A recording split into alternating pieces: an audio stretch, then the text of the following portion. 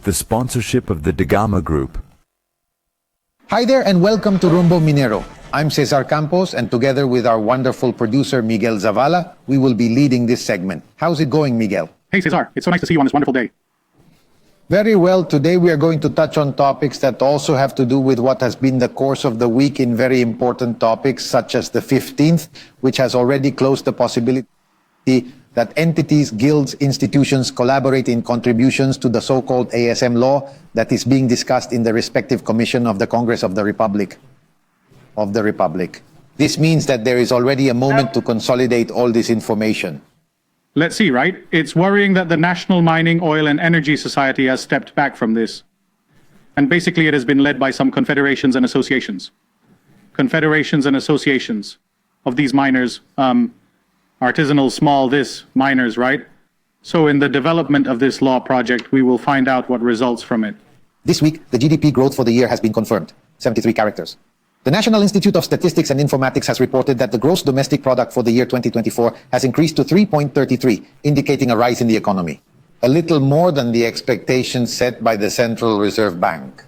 This indicates that we are currently in a favorable year to remove obstacles from several mining projects in order to support the growth that many economists fail to recognize. But it is definitely very, very important that citizens, all Peruvians, contribute to continue motivating this great engine of our country. Driving the growth of our economy, mining is a powerful force for motivation. As for the topic certainly about artisanal mining and the MAPI law, we are going to tackle it today with our special guest, Mrs. Cecilia Julcarima, who will join us, who holds the position of President in the National Society of Small-Scale Mining, Sonamipe. Cesar and Hugo Guerra will join us at the event. They will be there alongside us. He is a lawyer and political analyst, and today we will delve into the significance of mining, particularly in this pre-election season, that we will witness in the year 2025. We are filled with such dread at the thought of populist messages making a comeback, especially since they are already emerging. Now let's dive into the week's top mining news, courtesy of Gabriela Chicoma.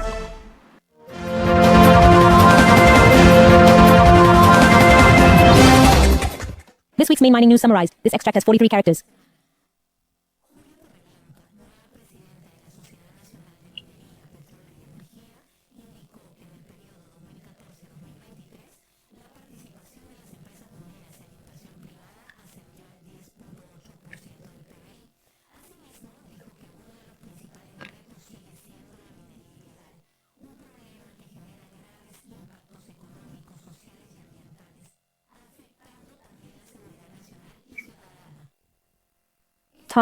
This year, the mining supply companies are projected to triple their revenue, reaching up to $30 billion due to the unblocking of mining projects. Benjamin Quijandria asserted, the executive director of SAMI Andean Mining Cluster. In Peru, the mining sector receives substantial contributions from over 7,800 companies offering goods and services. These companies are responsible for generating more than 1 million employment opportunities, while significantly contributing to the national GDP through their mining supplier activities. Close to 4.1%.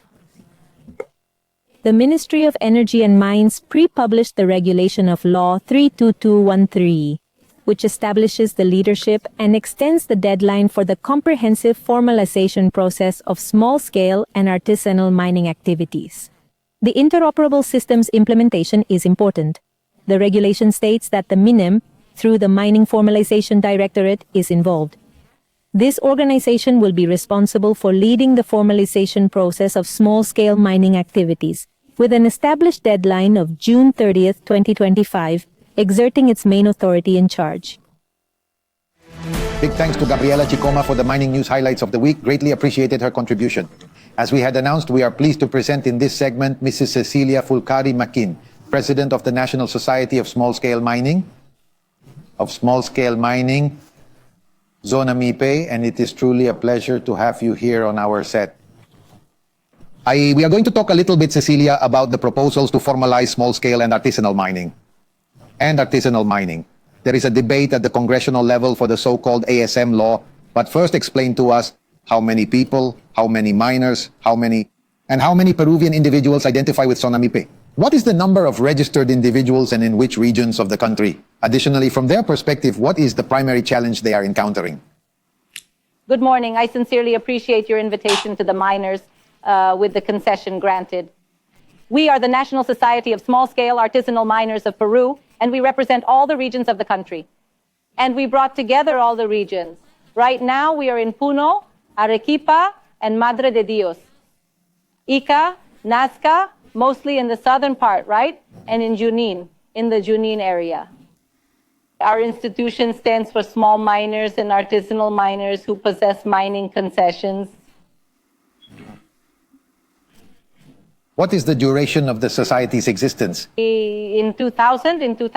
Since the year? In the year 2000, She's 25 years old, as much as before. A union because it is impossible for us as individuals to achieve this alone. In the area, we always need to have a national guild in order to reach the states and ministries. Otherwise, it's not possible. Thus, we felt compelled to establish a guild that we first began as Azumac.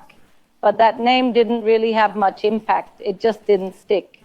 Then we transformed into a group called Sonamipe, which is the National Society of Small-Scale I inquired Mining. about your opinion on the main issue that requires attention.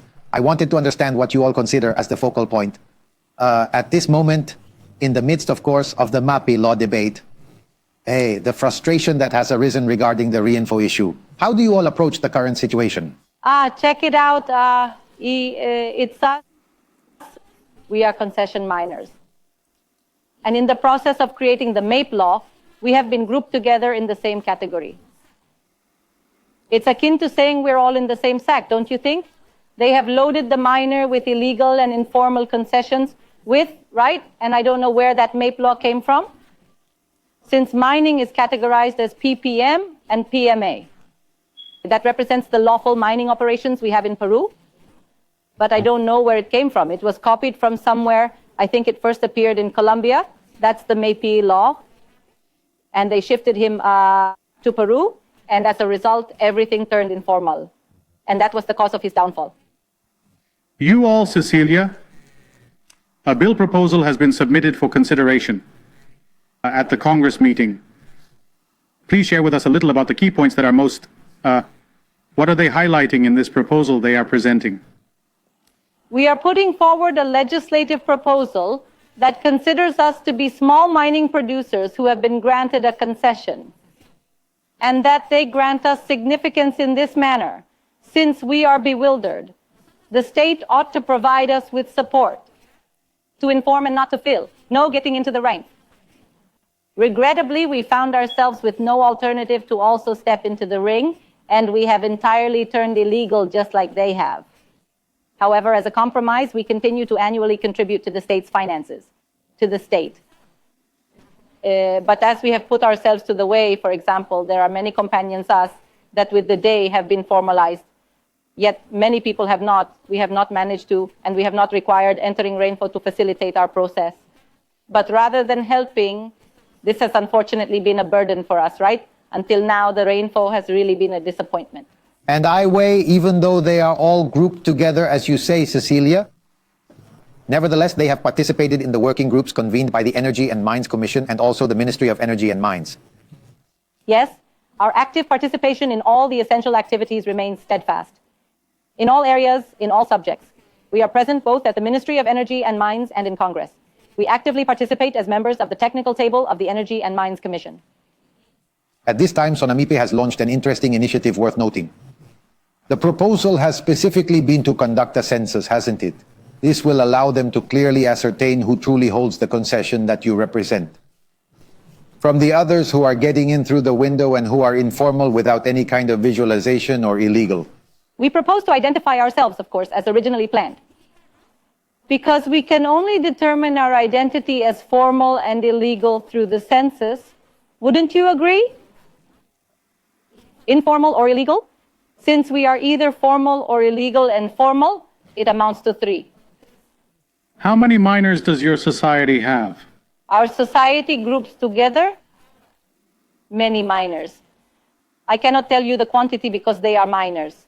For instance, in Arequipa, we have about 200 and then 200,000, 300,000 miners who are part of our. However, we are concessionaires as the majority are illegal miners lacking a concession. They are simply a large group. that the rainfall has granted them the authority. You didn't say that part of the miners who are part of your company are formalization takes place the whole day. Isn't that right? And in certain situations, you all have been unable to formalize your status via the reinfo method. What have been the main obstacles that you have had to face in order not to be able to formalize informalized? In the different regions as the EL, the matter of reinfo has shifted to the regions. It's not centralized anymore. It has gone to the regions where we have run into some obstacles. For instance, the ones from the region, the Energy and Mines Ministry in the regions present, the DREN, which is simply DREN.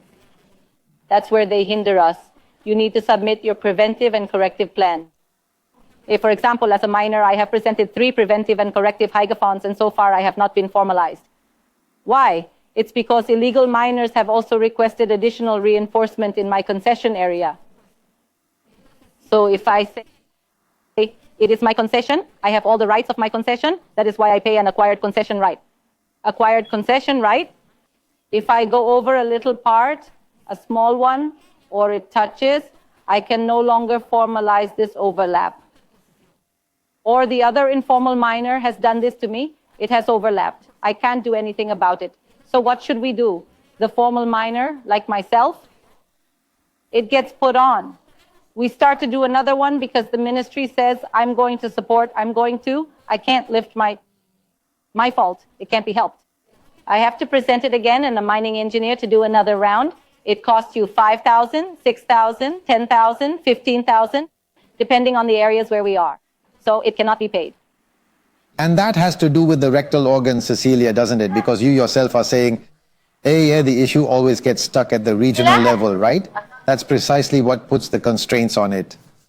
Because, in various sectors, there is a discussion about the necessity for this to be focused again in a regulatory entity, a single one that can decentralize its function, but not necessarily isolate it with the task of the regional governments. Sure, that has definitely been a challenging task for us, and we are tirelessly dedicated to it. That is precisely why we are actively participating in both the Ministry of Energy and Mines, as well as the Congress. Is it not? At this moment, I would like to express my gratitude to the old guilds, particularly Mr. Manuel Reynoso, who is from the Arequipa area. He is an old miner who has served fighting year after year. And Mr. Miraldo Bustinza from Puerto Maldonado. Hey, other unions we are following are fighting at the pace that comes to us, right? We can't stop our fight before our struggle, which we are. But, therefore, would you agree that there should be only one governing body for these things? Because the evidence is already very clear. Regional governments have rather hindered us. Due to our complete constraint, we have no choice but to request that one of the proposals from the regional governments be centralized in Lima. Minimal alteration underlies the objective. The focus should be on Lima, allowing us to work more efficiently on the formalization process from this location. In my personal opinion, how much time have you spent on this procedural matter, in your efforts to formalize it? Since the reinfo appeared, since 2017, when the reinfo appeared. In other words, we are talking about almost 7 years. Imagine that, Cesar, right? 7 years. Imagine the anguish of not being able to formalize. And yes, we are talking. Currently, we are feeling more positive, particularly after having encountered several failures along the way. So with the Dr. Maximo Gallo, the Director of Formalization at the Ministry of Energy and Mines, and from the same Ministry of Energy and Mines, we are demonstrating a willingness that we are currently witnessing, that we are going to speed up formalization. They have proposed to us that they are going to speed up the formalization and they will be willing to support us in that part. Therefore, we possess that readiness and we stand behind them, as what they communicate to us does not stay with us. Because in an empty sack, they shouldn't fill it and we are behind. Behind so that they can hear us and be constantly reminding them, because already this, right? Finally, Cecilia, I would like to hear your opinion on the approach we should take to tackle this situation. What is your opinion, Sonamipe, on the best ways to address illegal mining and the organized gangs that are causing havoc for many small mining units? We are proposing that there should be equality for all and that those who have their RINFOs should be identified. That is why people should be identified. There are many people at the fair. A farmer has entered who plants his potatoes just because he said, no, I ride to the fair and extract minerals without being a miner. Thus, they are billing companies and the mining facilities. Moreover, the processing plants are also capable of that, correct? And they give invoices to the illegals and they sell gold. Thus, we are putting forward the idea that there should be a clear method for us to invoice and sell, and that it helps us formalize as swiftly as possible. Wouldn't you agree? Cecilia, thank you very much for being with us for the first time at Rumbo Minero, and of course it won't be the last. We are going to call you to continue analyzing the evolution of the regulations and above all, the speed with which the concessionaires must be recognized. Thank you very much. Thank you very much. Good morning. Cecilia Julcarima, the president of the National Small-Scale Mining Society of Sonamipe, was present with us. We will take a brief pause and then return shortly. It's now time to begin our feature on mining in the United States with José Gonzáles, the international editor of Rumbo Minero, a highly regarded publication. We are privileged to have him in our studios. José, it is a pleasure as always to receive you. Happy to meet you, Cesar. It's great to be with you. We previously had a discussion, José, about the announcement made by the President of the United States, Donald Trump, regarding the implementation of tariffs. This dialogue took place last week. Total characters, 202. On aluminum, and to steel at a 25% increase. We talked about how this would influence their surrounding communities. To Mexico and Canada, yet the final objective remains the issue of China. These tariffs that have been imposed and decreed already by Donald Trump within the powers that he has will still go into effect on March 12th. I would like you to explain to the public what impacts it is going to have on the steel and aluminum market, on which countries, and above all against China. As we convert, Cesar, beyond the initial enthusiasm in the first 2 weeks of the Trump administration, they have just completed a month, right? We still have some time left. 3 years and 11 months of the Trump administration. The war on tariffs is unleashed. And we'll see how the aluminum and steel issue evolves, but it's starting to affect strategic metals and minerals. They have already announced, they have said that they are contemplating tariffs on Chilean copper. And this is beginning to affect us particularly in Peru, because I believe that at this point nobody is going to be exempt from the tariff barriers with which we are faced. Regarding the tariff barriers that the Trump administration seeks to establish to balance the fiscal deficit, the country's fiscal deficit. In his initial statement, as you mentioned, he voiced his opposition to Beijing, China because of its impact on US steel and aluminum manufacturing, and the subsequent actions he took aligned with this stance. However, the Council of Foreign Affairs, which puts out a very detailed report, says that it's going to affect China very little insofar as a result of the trade war in 2018, China now exports very little aluminum and very little steel to the US. In the US, we produce 75% of the steel we consume, which accounts for 3/4 of our steel production. Steel should not be a significant issue. It isn't a major concern. But specialty steels are imported from very specific countries that could affect the industry, and the effect is going to be more on aluminum. In the United States, aluminum is being imported. You know, about half of the aluminum that we consume is utilized in things like Coca-Cola cans. And that is going to affect mainly countries like Canada, Mexico, the United States, and the United Arab Emirates, which we had mentioned, and the United Arab Emirates, because they say a key factor in transforming alumina into aluminum is the application of electricity. Producing aluminum necessitates a tremendous amount of electricity, and ultimately it is electricity export operations and labor. About production, yes, and that's why these three countries have benefits in aluminum exports to the US. They will also be impacted besides Canada, Mexico, and the United Arab Emirates, Brazil, and South Korea. For those not impacted by the tariffs from 2018, a replacement for imports was developed, break time 0.6. And what is expected is that, as in the Trump 1 and the Biden administration, exceptions will be requested. Well, there are some exceptions to consider. About the tariffs, we will check if they happen or not. The EU has mentioned that without exceptions, they will go ahead. As in the first Trump administration and in the Biden administration, they will apply selective tariffs to what? Selective rates for what? That affect unique states and unique congressmen who may be lobbying for legislation. What are they going to put tariffs on? Bourbon, American whiskey, bourbon, American whiskey, bourbon. American whiskey, blue jeans, Levi's, Harley Davidson motorcycles. Harley Davidson, they will carry it out, but the tariffs are very tough. The tariff war is beginning, though we haven't seen it yet. Everything is going well. Last month's inflation in the US was 3%. Inflation is coming back. It had reached 2.4 and now it is at 3%. And the advantages that come with it. The Council on Foreign Relations does a detailed analysis that in the last cycle, yes, prices increased by 2%. A number of jobs were created, but more jobs were lost, and the overproduction costs of all the industry linked to aluminum had a negative effect. For the country. On the other hand, Jose, during the annual security conference in Munich between the United States, Munich, Trump, US, EU, reformulated relation. Break time, European Union, officials from the Trump administration, 0.5s, hey, they proposed to the government of Ukraine to condition any support. Break time, 0.4s, related to ending the war in the country, to Ukraine's handing over 50% of the, 50% of the minerals are sent to the United States. The country's critics, break time, types, as long as break time, types, without such a concession necessarily implying break time, investment in their development or guarantees for the peace process. What is the intention of the Trump administration? And what has been Ukraine's response or reaction? Hey, Miguel, that's another topic that should start to turn on the yellow lights in Peru and in the rest of Latin America and any country that has, hey, not only critical minerals, but also oil and gas, food, in which this policy of the Trump administration is starting to become obvious.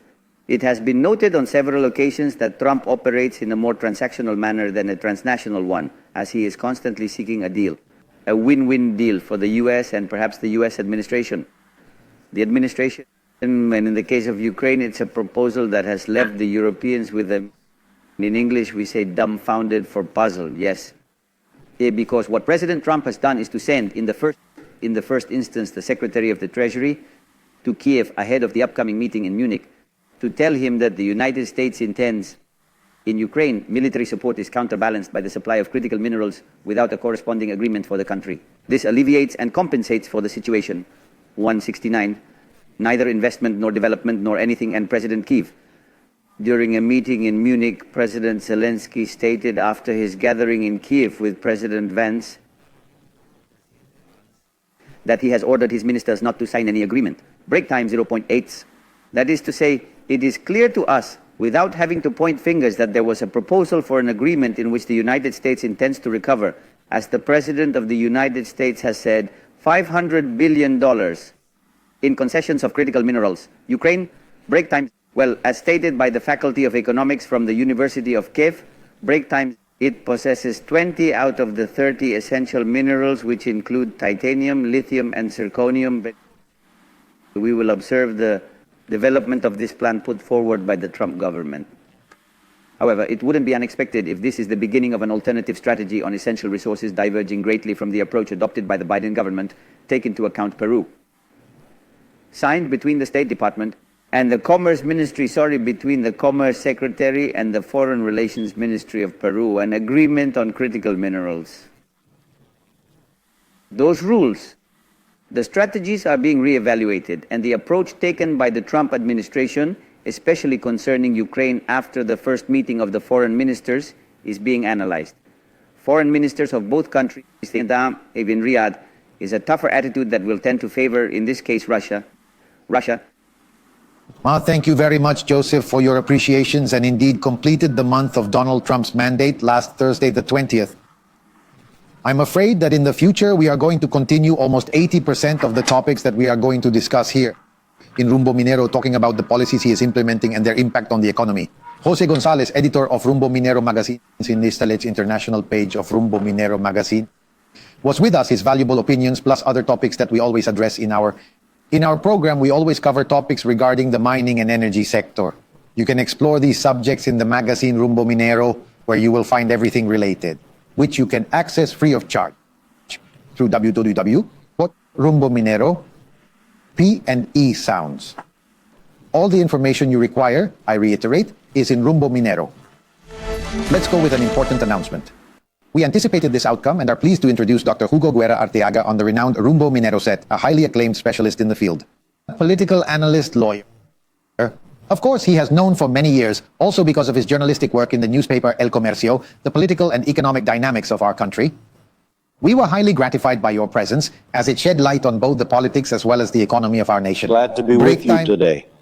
Well, let's address the topic of poverty and the progress, or how it goes against progress and the impacts it has. Break time 0.4 on mining, especially because Hugo, Peru has been a country that at some point in time when we ordered ourselves break time 0.5s, and we must acknowledge it from Fujimori's time, we were a nation that attracted mining investments, weren't we? Thanks to our competitiveness, investment allure, and above all, the legal guarantees we offer. But this has been lost over the years. What is your perspective on this unfolding, this settling process that has caused us to halt the momentum we previously had with the mine? No, well, mining in Peru is definitely a great social contribution. It's a great social contribution, economic contribution. And it is rowing against the current because we have been losing competitiveness.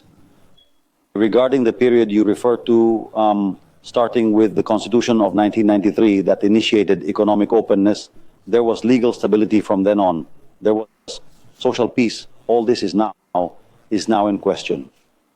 Despite this, miners continue to bet on Peru. The growth over the last year has been significant. But why are we holding back? Because we don't have adequate fiscal policies. There are no adequate tax incentives. There is permanent social unrest. There is conflict with the mining environment. And there are no incentives, to the point that we have become, well, on the list, lower than the copper production of the Republic of Congo, which is They different. have conflicts too, like, a good internationalist. What are we talking about? A weak, stabilized country? But what have they comprehended? Still, they have come to understand that mining is a means of development and it doesn't need to, be opposed. The mining activity, neither with the environment nor with social development. Right. Break time 0.4s. Hugo, well, this year is particularly special because we are entering in a pre-electoral stage, and as we all know, break time 0.5s, pre-electoral stage, and as we all know, well, break time 0.4s. The anti-mining speeches are in full swing, especially supported by leftist contenders, embrace reform. Furthermore, we should take into account the rising power of illegal mining, which is supporting campaigns through subsidies, in which, they are planning to put to congressmen in this instance, either senators or deputies for the next Congress. Let them go then a bit according to their interests.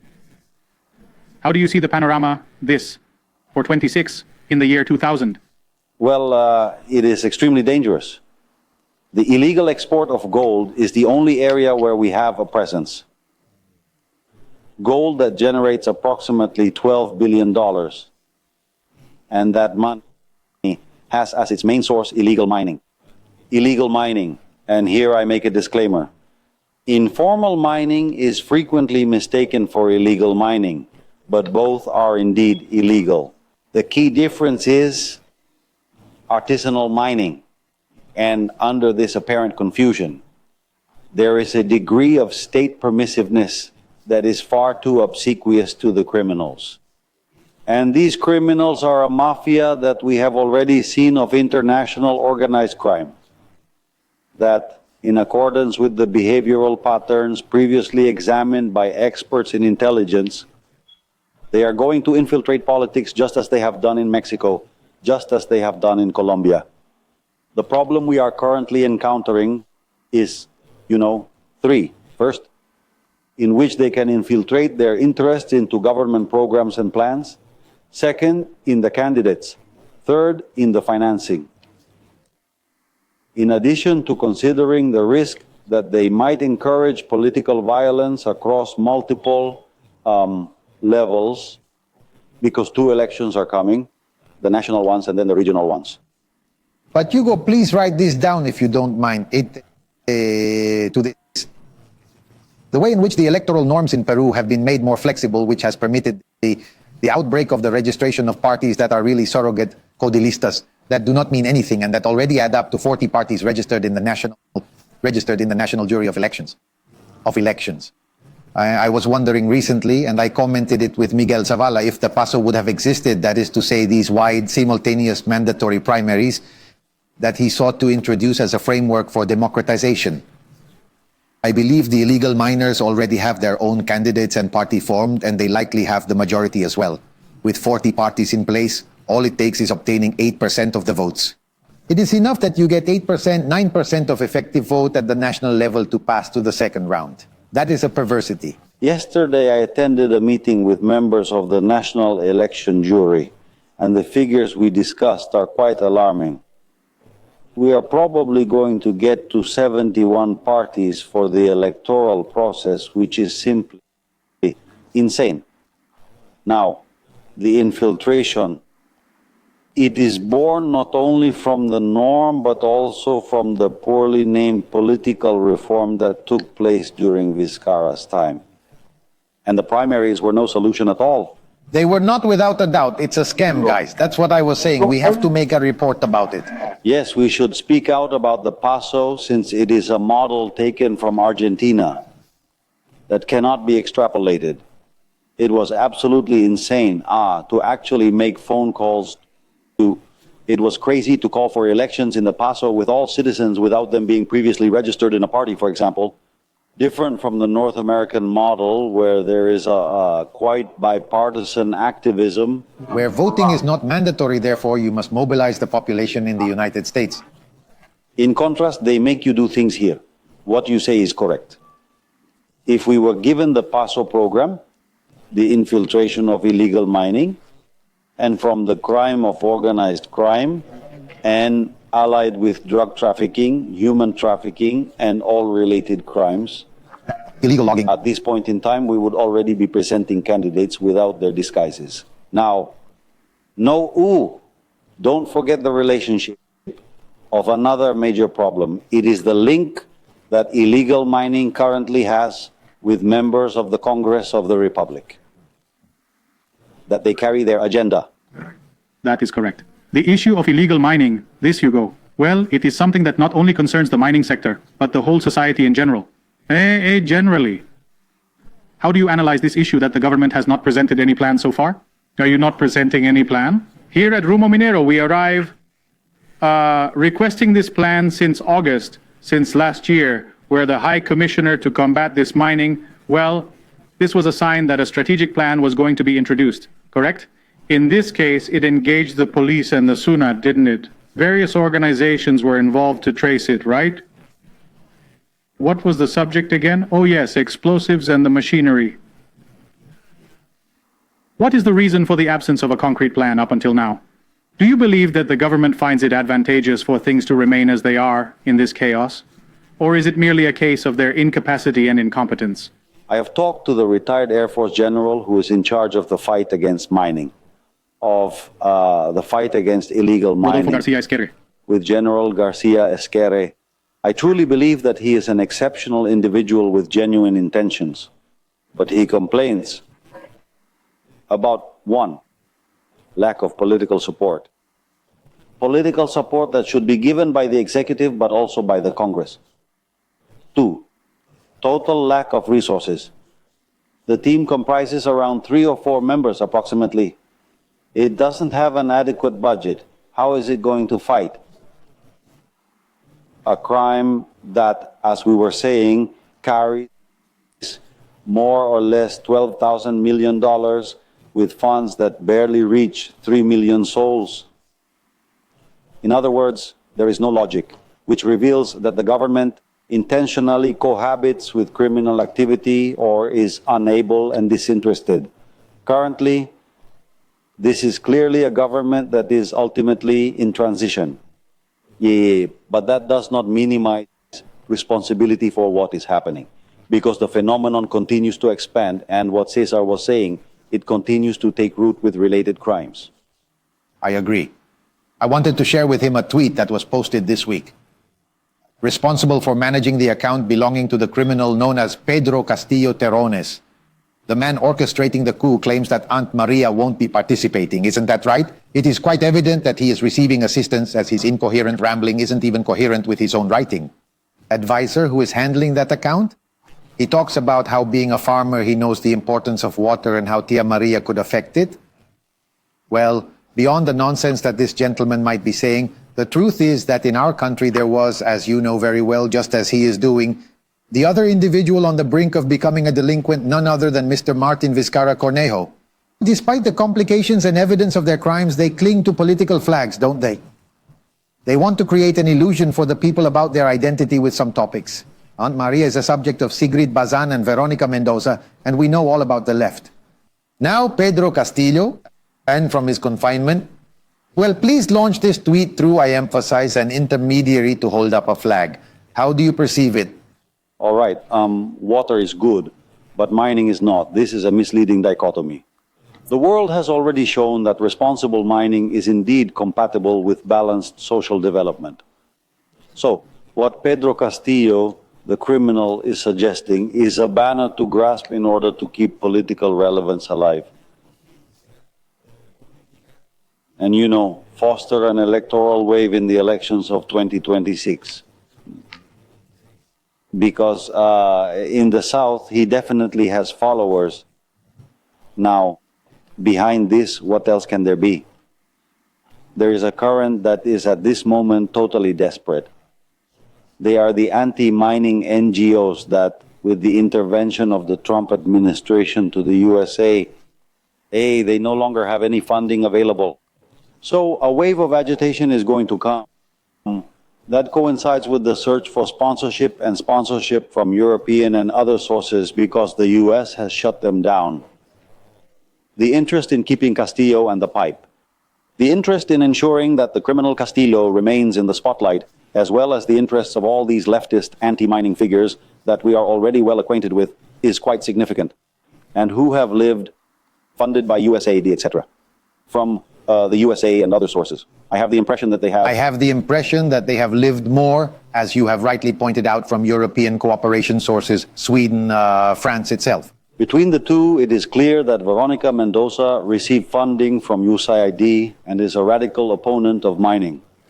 But there is also an anti-mining stance that moves from Europe and from other countries like Canada and South Africa because they have a clear interest in blocking mining development in Peru is flourishing. Hugo, it has been a real pleasure to have you here in our studios. It won't be the last time, and we love the reflections with which break time 0.5s. We love these reflections with which we can identify ourselves because we have to open a little bit the debate and the conscience, especially of those who tune in to us break times. When it comes to these important matters, your knack for in-depth exploration and insightful analysis sets you apart from other media professionals who may not have the same ability to provide clarity. Thank you very much. Thank you very much to you all. Hugo Guerra Arteaga, lawyer, political analyst, was with us. We'll take a break and return with Rumbo Minero. We are coming to the end of Rumbo Minero, Miguel, and I think the interviews we have conducted have been quite enlightening, both with Cecilia Julcarima, who chairs the small-scale mining society, Sonamipe, due to the fact that she has made very precise claims. An excellent question from you, where she indicates that she has had to delay her process of recognition of the concession she had for 7 years, and she also complains that they are being lumped together. Effectively, just as we have consistently asserted, it is the skilled, genuine artisans, the ones who are genuinely interested in legitimizing their work with the unlawful or non-official ones. Something that I highlight, Cesar, is that I believe it is, I don't know if it's the first time or, well, if not, it's been a long time since we had a representative of small-scale mining to tell us the challenges that they are going through at this moment. According to Cecilia, they express the desire to formalize, which poses challenges for the process's formalization. Nevertheless, the bureaucratic and procedural matters are quite dreadful within the machinery of the state. And in this program, naturally, we delve into the issues faced by all sectors and discuss the viewpoints shared by Hugo Guerra Arteaga, a highly regarded political analyst on upcoming developments. This passage comprises 237 characters. It does not look good, does it not, because of the number of political parties and the possibility that you also mentioned that illegal mining could infiltrate in different parties. And I'm also concerned about what you have told us about this High Commissioner to combat illegal mining, that they only work with 3 people. I'm worried about the info on the High Commissioner who tackles illegal mining. They lack manpower, tools, and resources, so progress seems unlikely, leading to an uncertain destination. For the time being, absolutely not, at least in the short and medium term. This has been Rumbo Minero. My name is Cesar Campos. Together with Miguel Zavala, we were in the leadership. Do not move because Peru Construye is coming. We are going to talk about the fall, the collapse of the Chanque Bridge. We will be back.